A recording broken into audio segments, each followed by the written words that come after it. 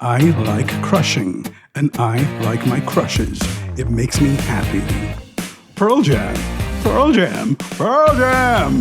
As long as she was not at the insurrection, best date ever. I was so happy that I threw up everywhere. All this to say that a little bit of boredom is good for you. A little bit of boredom is good for life.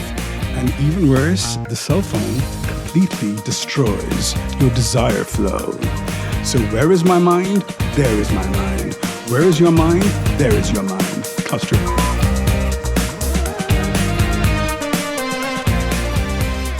Welcome to the Bandying Show, Episode 3.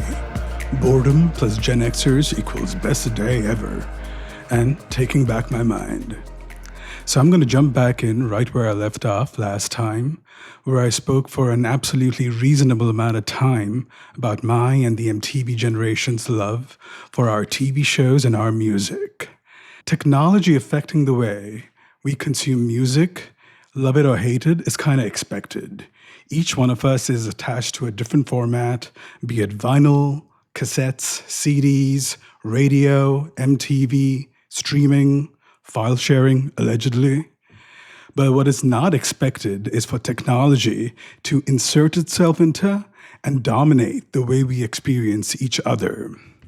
I think at some level, all of us are a little bit like the meme of the toddlers running towards each other and they're happy to see their friend and the feeling is reciprocated.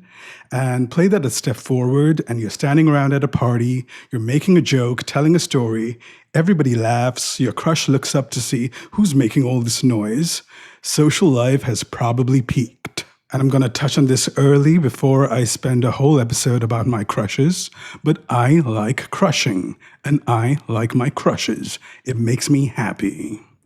Even now, but especially when I was a teenager, anything to do with my crush that bodes well for me brings me joy. Is she going to be there at school? Is she going to walk past my house? Is she going to be there at this party or event? Enter technology. If I could see a few photos of her and then in a moment of madness send her a risky DM, that's just about right. So early AOL, which I did not have access to in high school. What I don't need is to know whom she's crushing on if it's not me, not even her celebrity crush, unless she's always wanted to bang Prince. And that is exactly what you're going to find out on social media. Like, what am I supposed to do if she posts, "Love Adam Levine, looks and voice"? Have you seen his looks? Have you seen my looks? Have you heard his voice? Have you heard my voice? If 17-year-old me saw that on social media and had access to stories, Bandy97 would self-destruct in 5 seconds. And something about that is seeing it online, because I'm also the person, if somebody tells me you're not my usual type on paper, I'm the guy who says things like, "We'll see in a month," or "Tell me again at breakfast." But if I saw that online, I would not go near that. Similarly, a long time ago, this woman in a group setting launched into a monologue of how she wanted to have hundreds of Ryan Gosling's babies. And I thought it was hilarious and asked her out the same evening because all I heard was that she's really funny. But if I saw that in her bio, I would not touch that. And I knew that there's something wrong with this format. The first time on a dating app, I was looking through somebody's profile and saw in bands or interests, Nirvana, Soundgarden, and Alice in Chains. Now, I don't think that band matches are that crucial, but this is a holy grail kind of situation. Like, play it cool and say hi, but also start ring shopping immediately. But I remember all my brain said was, "Where's Pearl Jam? What's wrong with Pearl Jam? You said Nirvana, Soundgarden, Alice in Chains. You chose to leave out Pearl Jam. There's clearly white space there. Do you hate Pearl Jam? Do you hate Eddie Vedder because, he's still alive? Pearl Jam, Pearl Jam, Pearl Jam."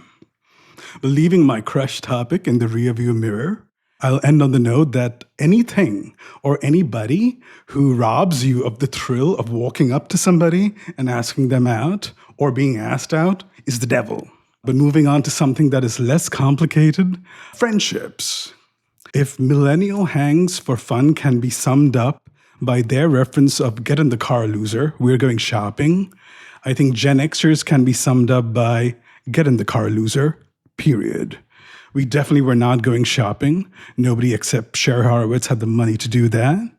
There was no plan. Something will come up. And if there was a plan, you probably don't want to ask, because if you knew what it was, the right thing to do would be to say no.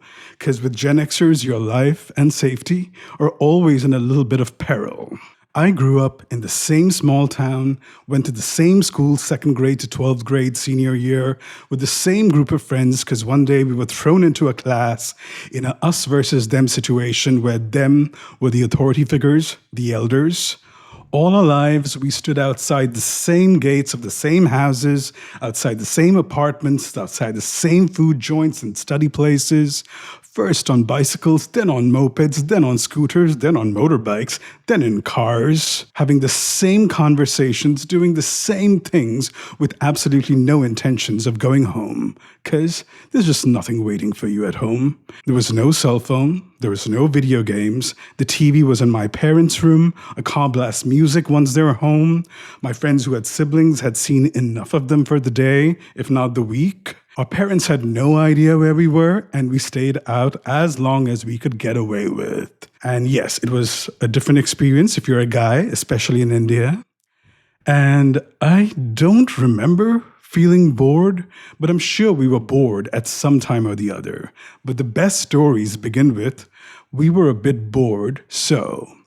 And since most of them are NC-17 or R-rated, the PG-13 ones would be, I was a bit bored the day before Diwali in middle school, and I was watching some grown-ups burst firecrackers in a dorm-type building, and one of them threw one at me.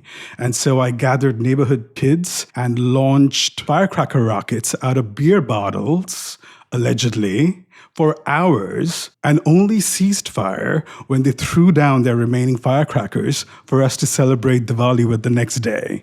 Best day ever. And this is what my friends in college did. They were a bit bored of mess food, so they became expert wedding crashers in a town where at any wedding, at least 4 of your professors are guests. When they told me what they had been up to, I thought it was the coolest thing I'd ever heard and pulled it off the next time I was bored just to see if I could. And in Bama, one day we were a bit bored at lunch on a Friday, and my friend was waving his arms around trying to explain what Mardi Gras is. And before he could even finish, we were already on our way to New Orleans to save him the trouble, and we made it on time to receive beads from the floats. And my college memories remind me of how important having some downtime and waiting around for people and being really quick at inviting people into your own plans and saying yes to invitations on the fly was to making lifelong friends. I made my first group of friends just like anybody else, with dorm room assignments and on the dorm wing waiting around for people, meeting their roommates, and campus clubs and activities. My second group of friends was more from these random type of events where one day I was walking past a dorm room and I heard music blasting out of it at a volume that only I would play. It was Metallica's For Whom the Bells Toll. I hadn't heard the song in a while, so I just stood outside and listened to it. And the next song I did not recognize. It was amazing, almost sounded like Ozzy through the walls. So I started banging on the door and was like, what is this? And I want to listen to it. It was Fade to Black, and my friend, who did not know me at the time, did not find this bizarre. What he found bizarre is that I'd listened to Load and Reload, but had never heard the whole album of Master of Puppets and Ride the Lightning. So he made me sit down and listen to it back to back. He also had some Indian whiskey called Black Dog that I'd never had before. So I was drinking whiskey, I was listening to Metallica. I was so happy that I threw up everywhere. And he had to clean it all up. And that is the stuff of friendship. Best day ever. And my bandmate, who was from the same hometown, but we didn't know each other because he went to a different school, ran into me one day and was like, so you're the fucker who goes around playing guitar during ragging, what Americans call hazing. Because the longer I play Summer of 69, Hotel California, and Dum Maro Dum, the longer I'm exempt from more hardcore ragging rituals. And I was like, yeah. That's me. And he was like, yeah, I have the keys to the music room for the weekend. Go get your guitar. No, if you're free, maybe I will. So we went right over. I saw the coolest musical instruments I'd ever seen. He also brought some Indian rum that I'd never had before called Old Monk, which coincidentally went on to be the name of the band in which we played together. So I was drinking rum. I was playing Smoke on the Water. I was so happy that I threw up everywhere. And he had to clean it up. Best day ever. And similarly, one of my closest friends ran into me one day and was like, so you're the fucker who won a national debate when you were in high school, right? I was like, yeah, but I'm retired now. And he was like, we're hitchhiking to the next town and your Metallica friend is coming, so you should come. And I did. And he told me these stories of how they have been crashing weddings and gave me the 411 on how to pull it off. And since I have no interest in paneer tikka, I crashed a wedding with the sole intent of scoring Johnny Walker Black, because at Indian weddings, even a dry wedding, there's Johnny Walker Black somewhere. Best day ever. And the same thing continued in Bama, where for the second time in my life, I would say, my generation served me well. Once again, I found myself in a different country, in a different culture, with no access to the people or the things I was used to, so I just followed the crowd at chow time. My very first week, I think on a Friday, I was standing around with the smokers after class. That's how smokers make friends. And they were talking football. And right at the end, they asked me, have you ever watched a game? And I was like, no. So they said, show up to Buffalo Phil's tomorrow. And I don't even remember how we found places back then, but I did. And it wasn't even patronizing because they were just like, I think you should buy a red t-shirt. So I met Bud Light, Bourbon, Buffalo Wings, and Bama football all in the same afternoon wearing a red t-shirt that said FUCLA, F-U-C-L-A. And the very next week, I found myself at my first home game and found out that 1.5 hours early is not early enough to pregame at Bama. And I was made to chug beers. I do not remember the game. But the next week, I think for the Ole Miss game, I corrected my mistake and showed up the night before to tailgate like a good Bama fan and have been one ever since. Roll Tide. And one of my favorite things was as the semesters go on and you make more friends, I had one group to hang out with a lot and go to parties with, another in the spring to go to the beaches, the Floribama Shore, and Six Flags with. And as you move in and out of touch, when we ran into each other, I would immediately invite people to whichever band I'm going to see, whichever party I'm going to, and they would do the same. And it always came across as somebody has been doing this really fun thing that they think you would enjoy too, as opposed to watching people doing something really fun on social media that you're not a part of. And just like that, in my third semester, I ran into these guys, I think on a Friday when I didn't even have classes with them. And they were like, get in the car, we're going to Ole Miss. And our friends from last year were asking about you. So I got in and I ended up at my first away game and then ended up in Memphis without my friend whom I went with, because he did not survive the game. Best day ever. And you got in the car because even if you had a full life, most invitations were your best offer.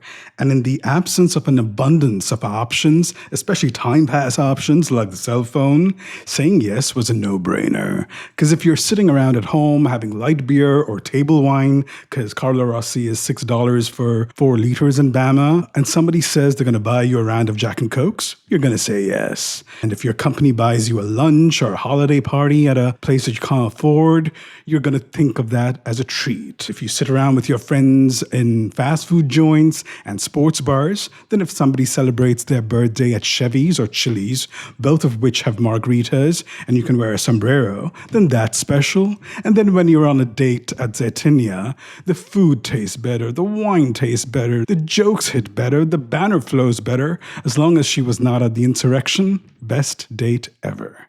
I remember even up to the late noughties, even the much dreaded, "Can you help me move?" I'm thinking, I get to drive a U-Haul, and the speed limit in America for U-Hauls is the same. Hopefully there's a cute new roommate, and once somebody else volunteers to show her the museums, I can show her nightlife. I'm going to smoke with the smokers on the hour, and somebody's going to tell me about a cool party or a trip that's coming up, and guess who's an expert at going on trips with strangers? I'm definitely going to shout pivot when we move the couch. Everybody's going to love that. There'll be at least 4 kinds of pizza, and I can do my yearly check on if jalapenos on pizza are my thing on somebody else's dime. It still isn't. And then, if I can convince everybody to get in the U-Haul and party a bit, and even move the U-Haul and call it a U-Hauler party, allegedly, best day ever. And if you have an abundance of options and are availing them all, then that's the best case scenario and not a problem at all. But if somebody comes to you and is like, "How do I get out of plans? I just want to get out of plans." And then the same person comes to you a few days later and is like, "Oh no, the loneliness epidemic, so lonely," then I guess you do have a little problem. And that's when friend groups start falling out over bills in the most beautiful destinations, and then somebody is complaining to the manager about not getting an ocean-facing room while the most beautiful woman is waiting for them in bed, and then the manager takes a shit in their shoe, and then there's a murder. All this to say that a little bit of boredom is good for you. A little bit of boredom is good for life. If I were to design my life, I would work on one project as my primary, with others on the side, take it as far as I can, get a bit bored, then move this to the side and move something else to my primary focus.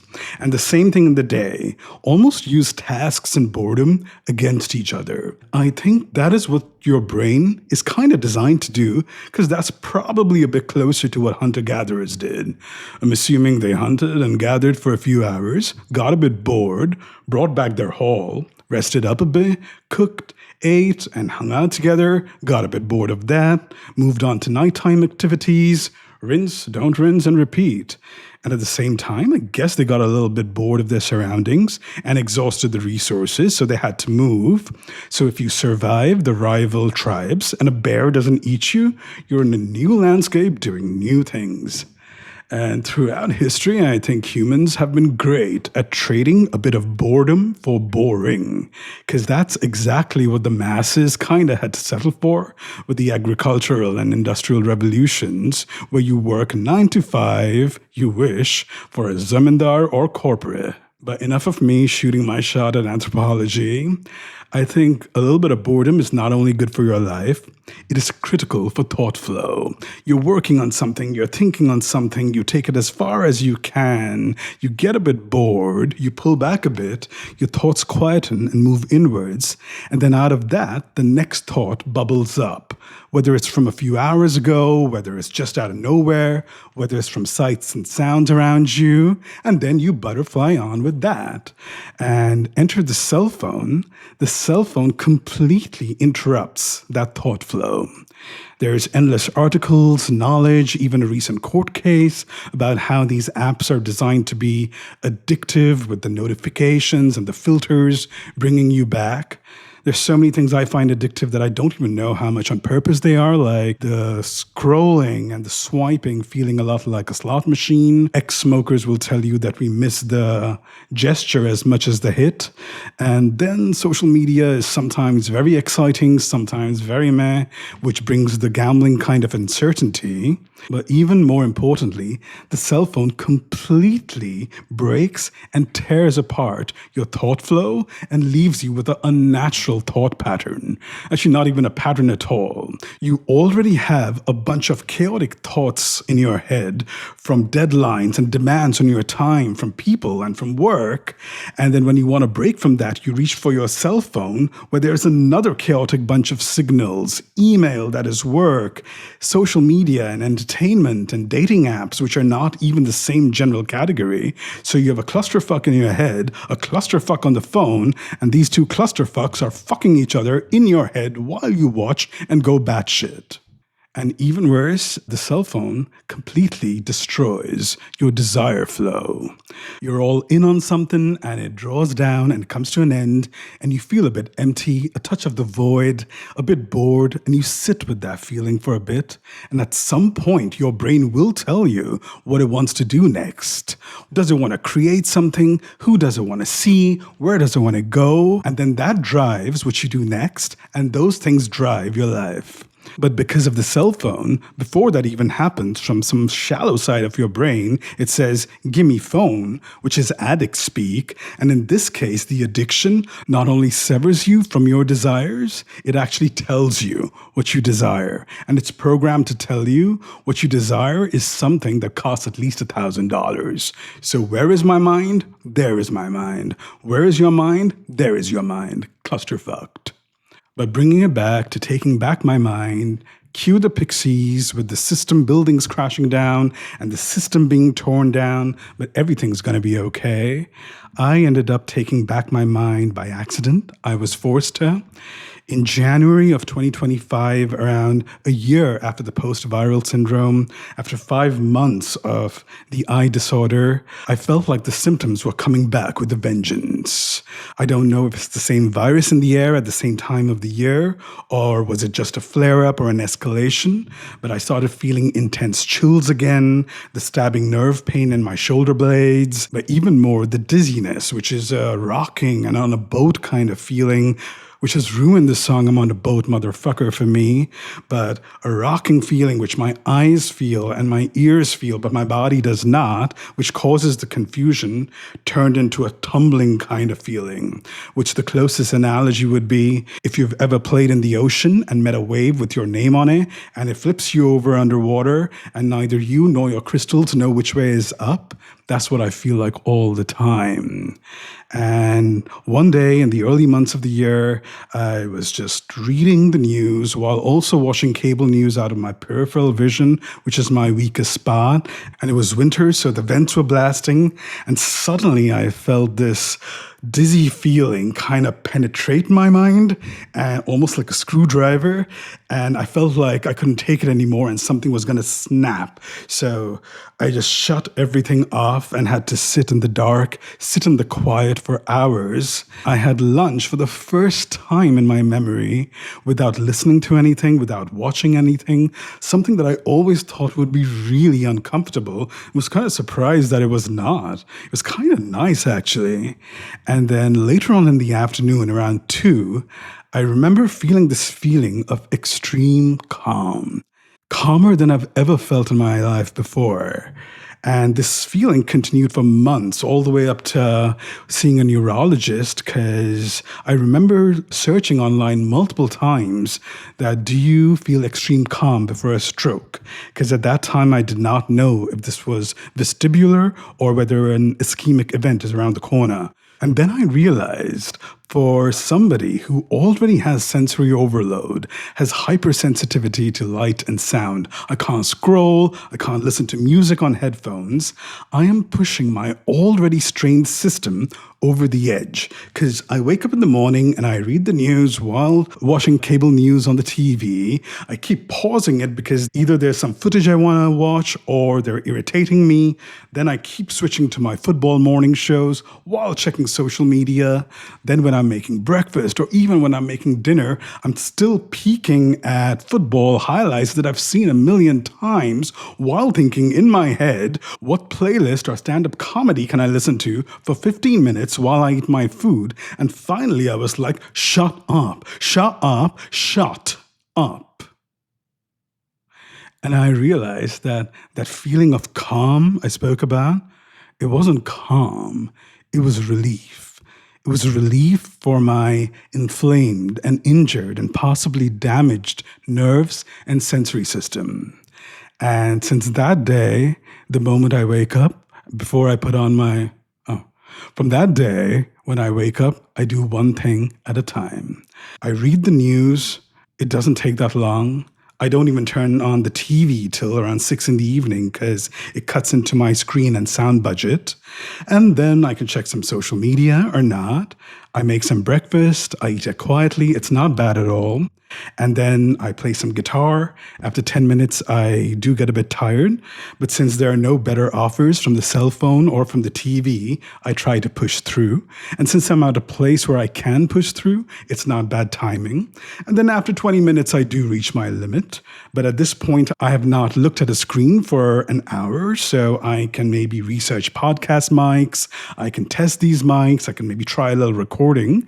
And then after an hour or two of that, I have reached my screen budget for the day and have to stop, but then I can have some lunch, and I do have to lie down in the afternoon sometimes when I'm tired, but I can lie around thinking about what podcast episodes do I want to do, what questions do I want to ask my guests, what topics would be useful, what rants would be fun to go on. Then later in the evening, around 6 p.m., I can watch some TV, and now it's a treat.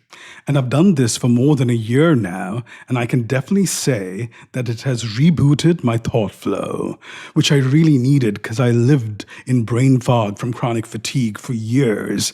And it's brought back the things I like thinking about, the way I like thinking about them, with this bouncy kind of flow. And it has definitely also rebooted my desire flow, that what do I want to think about? What do I want to work on? What do I want to do someday, but not right now? Who do I want to see? Who do I not want to see? And I will mention that this has happened at a time when I can do a bit more. In the period that I talked about in the last episode, there was nothing good coming out of my mind. It was only pain and agony. So any distraction from any screen was not only welcome, was absolutely necessary. But this method of limiting things and then adding them back at the just right baby bear levels has been very satisfying. Even for something simple like music, it's no secret that I was kind of using music as a drug during my PT phase. But after the first viral attack, I couldn't listen to music anymore on headphones, so I would listen on a portable speaker. And then after the second viral attack, I couldn't do that anymore. So I would fantasize all day about 3 songs to listen to on headphones at 5 p.m. as a treat. The first song I thought about was Don't Speak. And the second one was More Than Words, Extreme. And then I had to give that up to listen to the songs I was doing a little unplugged video for. And then I had to give that up to do this podcast recording. So definitely less fun, but much more satisfying. And there is this thing about satisfaction that when you limit or quit cold turkey something that is traumatic, like smoking or binging something or irregular sleep patterns, your brain is really good at quickly reassessing your satisfaction. And it will tell you 2 things. You might as well give me what I want and let me do what I want to do because I'm an adult. But it will also tell you, I feel better that I don't have to go outside and smoke in the cold, or that I feel better that I don't feel that frustrated kind of jonesing feeling for what I was binging, or that I feel fresher and have better sleep satisfaction waking up every day at the same time, even though I've been in bed for fewer hours. So you can take a look at, are there things in your life that you have to play with the levels a bit? For you, there might be more people or work involved, but this screens and sounds thing, this is kind of applicable to everybody, because just like pharmaceutical drugs, if it's causing anal leakage in one person, it's probably not doing wonders for your system. And if it's causing the tumbles for me, it's probably not doing any favors for you. And you might experience it differently with irritability or inability to make quick decisions or just sleep disturbances. And putting together this best of the best has always been the method that works for me, because I've never been the person who is like, never again will I use social media. Gone am I. And then a few moments later, look who's back. And I've never been that type A person where, first of all, Being type A does not make you the alpha, but that type A person who is furiously checking markets in Tokyo and London and then New York, or the person who sends you emails that, where are the updates on these 17 things I asked you for as per my last email? And then this personality type will then go on a corporate retreat, hand over their phones, go into mindfulness exercises and darkness experiments, and come back completely rejuvenated and get after it again. That works for exactly that personality type. And for the rest of us, I think, this mixing and matching and finding the just right baby bear levels at which things fit into your life is the right way. This is the way. And it would be really cool if us Gen Xers can figure this out, because this is something we kind of fucked up. Our parents, boomers, they grew up quite deprived. And so when they started getting stuff, they kind of made the purpose of life getting more of those things because they're so scared that somebody's going to take it all away. Gen Xers, we grew up with just a bit more. And when we started working, we could see that there's just a bit more in the world than there was even a few years ago, and maybe a touch of cushion. And we could have used that cushion to build a more fulfilling life or to pursue our passions and to make sure people around us are okay. But instead, we gave up everything that we grew up with, everything near and dear to us, and traded it in to chase stock options and to make partner. And that is so ironic for a generation that swore by movies about tearing down the evil system and not letting it control us, like Fight Club or Matrix. One of the first songs I ever wrote was about jailbreaking out of a script written for you by somebody else. But somewhere along the line, we watched movies about smashing printers, but then went ahead and turned into the TPS report. So cue the Pixies or your favorite tearing down the system movie, and when it ends and you feel a bit empty, a touch of the void, you can sit with that feeling a bit in your nothing box and get a bit bored and see what comes up. It might just lead you to the best day ever.